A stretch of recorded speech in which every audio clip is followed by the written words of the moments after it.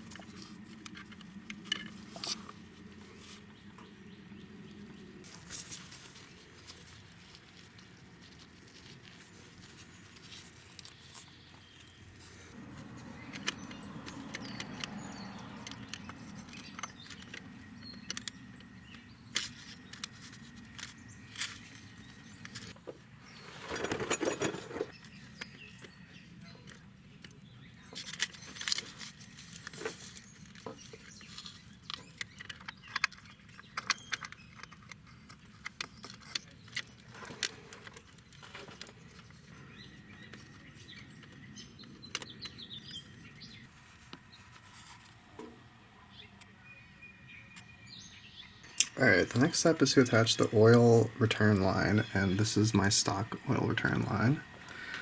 And you would need a gasket and these two bolts, and you would do that to 15 foot-pounds or 20 Newton meters. But mine is not flat anymore, so I got this aftermarket one, which threads onto a similar piece that I've already attached when the turbo is outside of the car. And I would not suggest trying to attach that piece if you get the Kinugawa oil return line. I would not suggest trying to attach that while it's in the car, because what happened to me was I couldn't get a good angle and I started to strip out the threads. So that's what led to me taking the turbo out this time anyway. So that similar piece would attach with a gasket and two bolts that comes with the kit, or I suppose you could use the old ones. But now all I'm going to do is attach my my extending piece that came with the kit, and I'm using the same gasket that you would put on the end that would go just into the engine block. So we're going to go do that.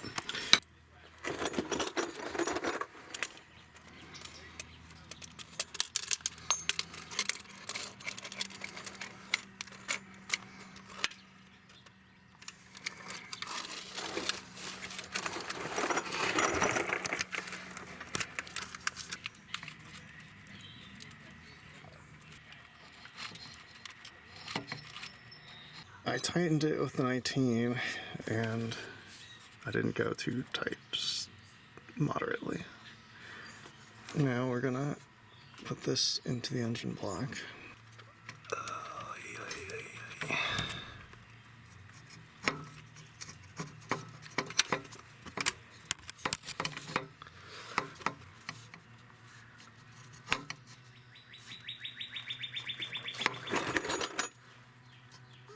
Okay, it seems to have seated nicely. I'm gonna bend this into a better smooth line because you don't want it to have any kinks in it, and I think that's about as good as we're gonna get. And then we're gonna see if oil leaks out of there later.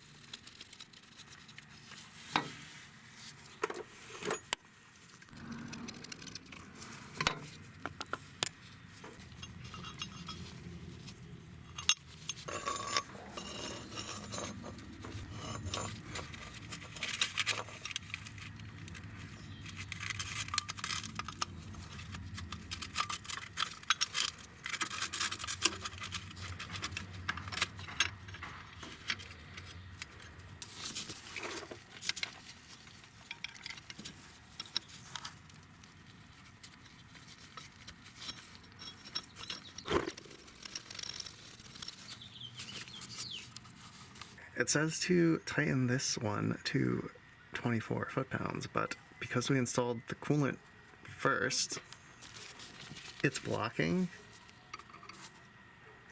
it, so I'm just gonna tighten it pretty tight because it's just the bracket, and I don't think exact tightness needs to be adhered to. If I was gonna do this again and I wanted to tighten it the right amount, I would just do this one before the coolant line, because I don't know why you wouldn't. Okay, that feels like 24.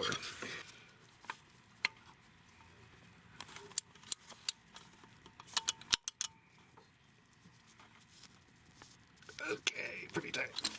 Now we're going to use a syringe filled with oil to lubricate the center housing rotation assembly of the turbocharger, because if you were installing a new one, then it might not come with oil, and if you didn't put oil, it would spin without lubrication very fast when it first started up, and it could destroy it. Mine already has oil in it, but I'm just going to show how you would do this. What you would do is inject some of the oil into the delivery hole at the top while you use your finger to spin the turbine, and then you wait for the oil to go down and then spin it some more. And you can do other parts of the assembly while you're waiting for it to drain into it, and then just come back and add more little by little until there's a good amount of oil in there.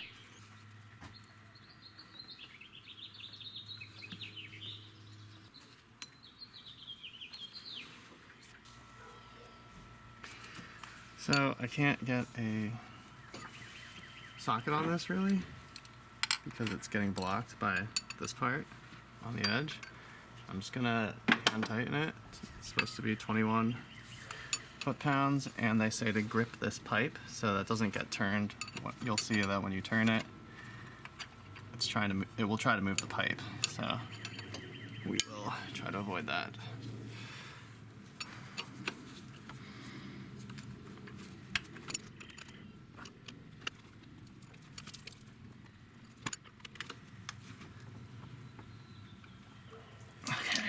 Same problem down here, because we installed the coolant line above. It would be really hard. The only way to get one through that I know of is you put an extension through this, like behind this water line, and then you could potentially get a torque wrench on that, but I'm just gonna hand tighten it.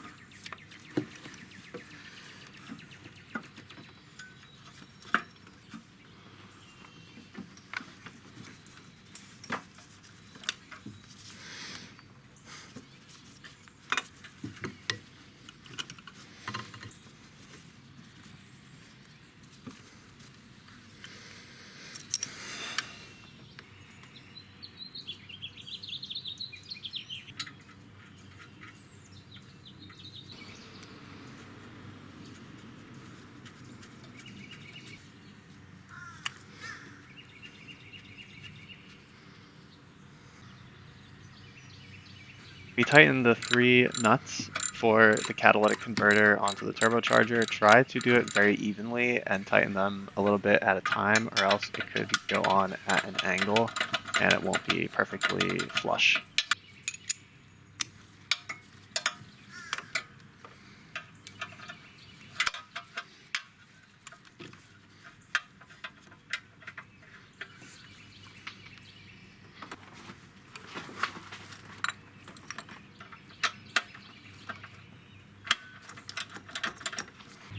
Alright, now I've tightened the bolts. It's important to make sure this line between the turbocharger and the catalytic converter is even. Like, you don't want there to be a huge gap over here, or anywhere. It should be as even as you can get it. And then it's 18 foot-pounds, which is barely anything, so I'm not going to do it, but you can get a torque wrench in there if you have the right extensions and adapters. Usually by sending an extension over there, like I showed when you just tighten it, but it's a little bit different. But I'm just gonna leave it hand tight because it should be good. If you don't use the paste, the torque spec will be different, so it's also important to use the paste so that you can get it off later.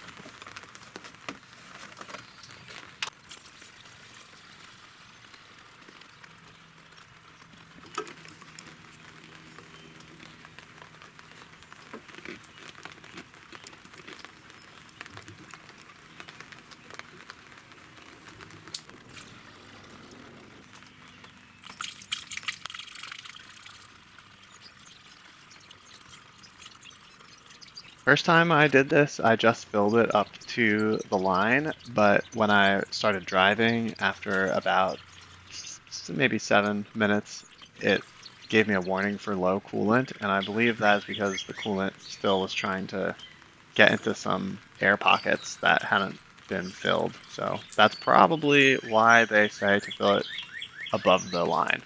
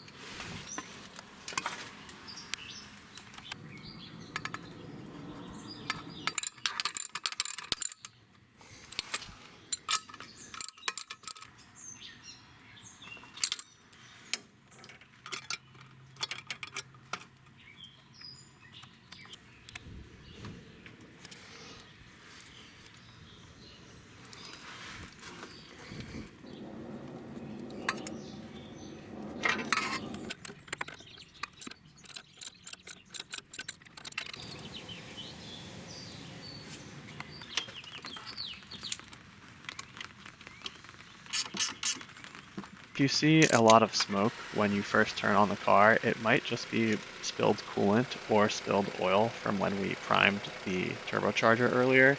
And in my case, the red anti-seize was, I think I put too much in it. You can see it burning off here.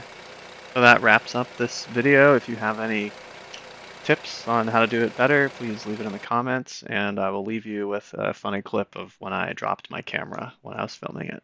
Until the next video, have a great time, and I'll catch you in the next one. Goodbye.